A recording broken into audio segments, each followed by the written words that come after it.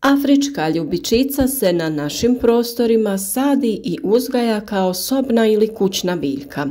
U toplijim i egzotičnim dijelovima Afrike, što joj i sam naziv govori od kuda i potječe, može se saditi i kao vrtna biljka. Afričkoj ljubičici će za pravilan rast odgovarati isključivo humusom bogato tlo, prepuno hranjivih tvari i pH vrijednosti od neutralne do slabokisele. Ako želite najbolji supstrat za sadnju, posadite ju u zemlju u koju su pomiješani perlit i tresetna mahovina. Spomenutoj mješavini dodajte dolomitsko vapno i to tako da na 4 šalice zemlje dodate 3 ili 4 kašike vapna. Do sada smo sa vama dijelili savjete o uzgoju voća i povrća, ali naravno ni cvijeće nismo zapostavili, pa tako imate i različitih video savjeta za mnogobrojno vanjsko cvijeće, ali i sobne biljke. U današnjem videu prvenstveno ćemo posvetiti pažnju jednostavnom razmnožavanju ljubičica, ali ćemo sa vama u toku videa podijeliti i različite savjete kako da ih održavate, njegujete i kako da konstantno imate ove prelijepe cvjetove. Veoma lak način razmnožavanja afričkih ljubičica je i razmnožavanje lisnim reznicama. Dovoljan je samo jedan list ove ljubičice da bismo dobili novu prelijepu biljku. Preporučuje se da se ljubičica razmnožava lisnim reznicama tokom ljetnih mjeseci. Listovi za razmnožavanje moraju biti zdravi i mladi, promjera 4 cm i peteljke duge od 1 do 2 cm. No, ni sada nije kasno za proces razmnožavanja, jer u kontroliranim kućnim uslovima možete ljubičice razmnožavati tokom cijele godine. Ovo je i odličan način da podmladite svoju kolekciju, jer tokom vremena kako biljke stare smanjuje se intenzitet cvjetanja. Što su biljke mlađe, imaju intenzivnije cvjetove. Za uzimanje lista za razmnožavanje odaberite biljku koja je dobro razvijena, bez znakova simptoma nekog oboljenja, sušenja ili oštećenja od štetočina. List treba da je dostigao svoju punu veličinu. Posude u koje ćemo posaditi listove treba da budu oprane i čiste, supstrat kvalitetan, a naravno, kao i uvijek, alat koji ćemo koristiti treba da je čist i dezinficiran. Možemo makaze ili nož obrisati vatom namočenom u alkohol. Na listu kojeg ste odvojili, lisnu dršku ostavite dugu oko 2,5 cm, a osnovu lisne drške zarežite nožem pod uglom od 45 stepeni. Ukoliko želite pospješiti ukorijenjavanje biljaka, možete rez lagano umočiti u hormon za ožiljavanje.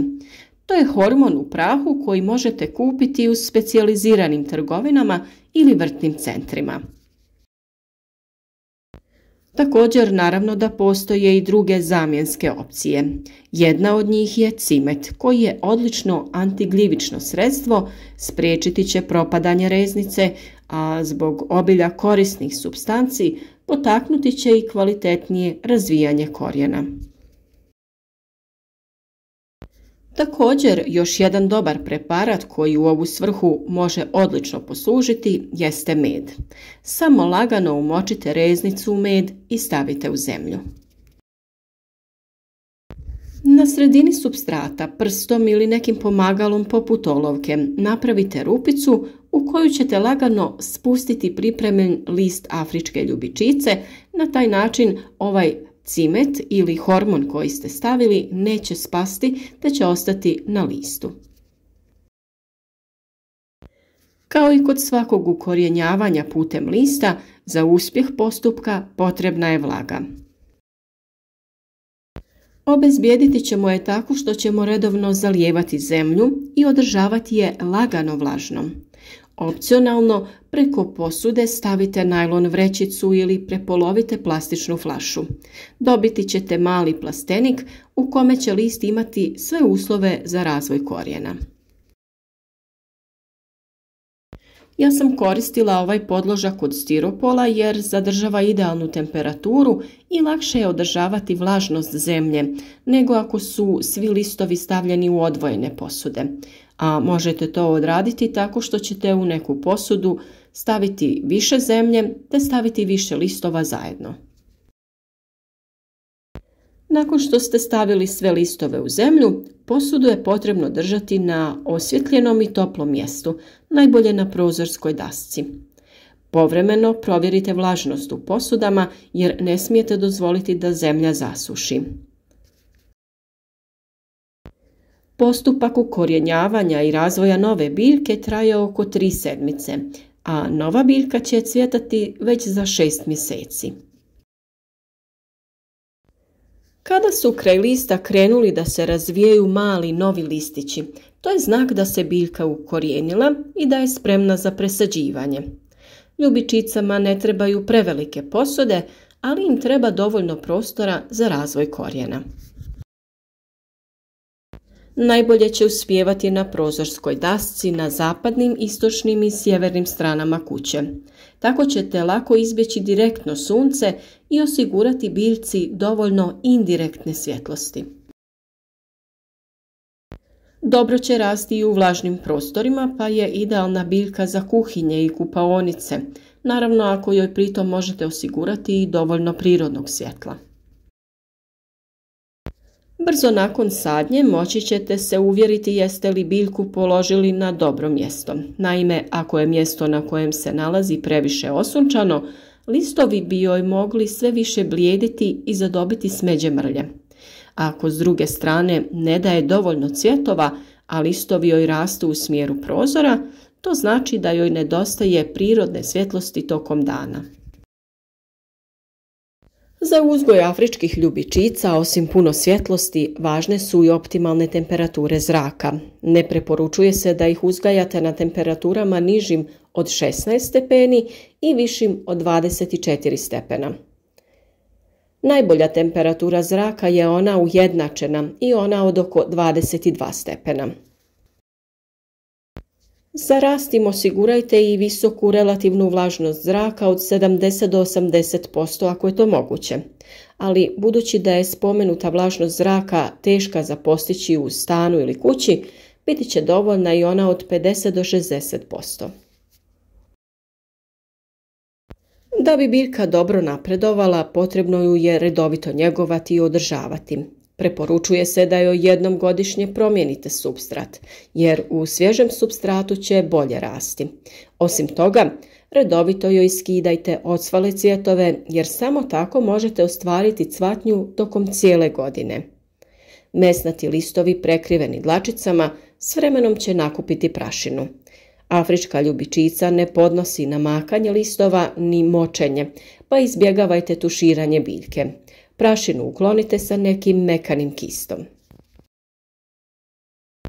Da biste osigurali pravilan rast i razvoj biljke, preporučuje se jednom sedmično afričku ljubičicu okrenuti za četvrtinu kruga, tako će se pravilno oblikovati.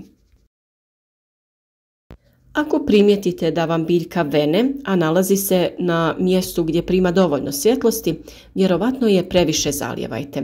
Smanjite količinu zalijevanja jer zemlja mora biti vlažna, ali ne i mokra. Kod izostanka cvjetanja i pojave žutih listova, afrička ljubičica ne dobiva dovoljne količine prirodnog svjetla tokom dana. Ali suprotno od toga, sitne tačkice na listovima i cvjetovima znači da se biljka nalazi na mjestu gdje dobiva prevelike količine svjetla i sunca.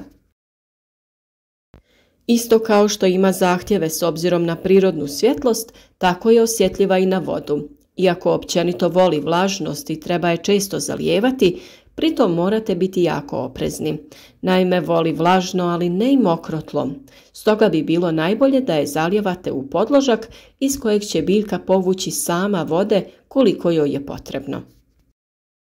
Najbolje će joj goditi voda bez kamenca, odstajala 48 sati, sobne temperature. Prevelika količina hlora iz vode može spaliti listove i dovesti do izostanka cvjetanja.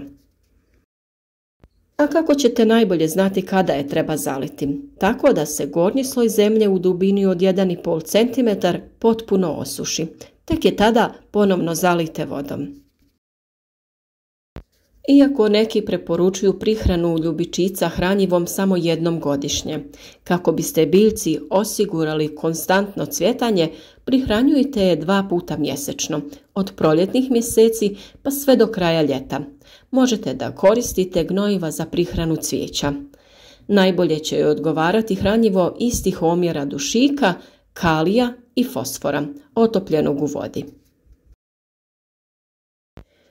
Ako je afrička ljubičica postigla maksimum u tegli i korijenje više nema mjesta za daljnje širenje, potrebno ju je presaditi. Presađivanje se vrši u proljetnim mjesecima prije nego što započne novo cvjetanje. Znati ćete da je stiglo vrijeme za presađivanje i kada se stabljika počne izdizati iz zemlje. To znači da se korijenje toliko proširilo da je tjera lagano u zrak. Mislim da smo sa ovim pokrili sve savjete i nadam se da će ovaj video biti od pomoći da proširite svoju kolekciju ljubičica, obnovite stare i dotrajale biljke i da će neki od ovih savjeta biti korisni kako bi vaše ljubičice bile zdrave i cvjetale tokom cijele godine. Ukoliko vam je video bio koristan, podržite naš rad, podijelite video kako bi i drugima bio koristan i uživajmo zajedno u ovim i drugim lijepim biljkama.